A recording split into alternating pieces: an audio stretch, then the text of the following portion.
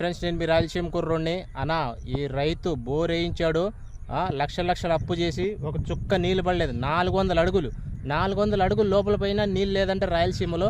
చూడండి ఆ గడ్డ ఎలాంటిదో, ఆ గడ్డ ఎటువంటిదో, ఆ నేల ఎటువంటిదో. ఎక్కడైనా 400 అడుగులు వేస్తారా ఫ్రెండ్స్? వేయరు. మా రాయలసీమలో తప్ప నీళ్ళు పడలేదు.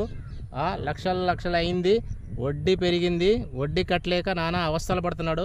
రైతు చచ్చిపోమంటే ఎందుకు చచ్చిపోడు ఫ్రెండ్స్?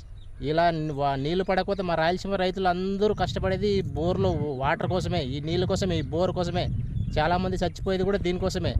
చూశారు ఫ్రెండ్స్, దీన్ని లైక్ కొట్టి సబ్స్క్రైబ్ చేసి ఇది ఇంకొకరు చేరుతుంది. దయచేసి రిక్వెస్ట్, మా రైతు కోసం, నా కోసం కాదు. ఇదంతా పాడైపోయింది చూసారా.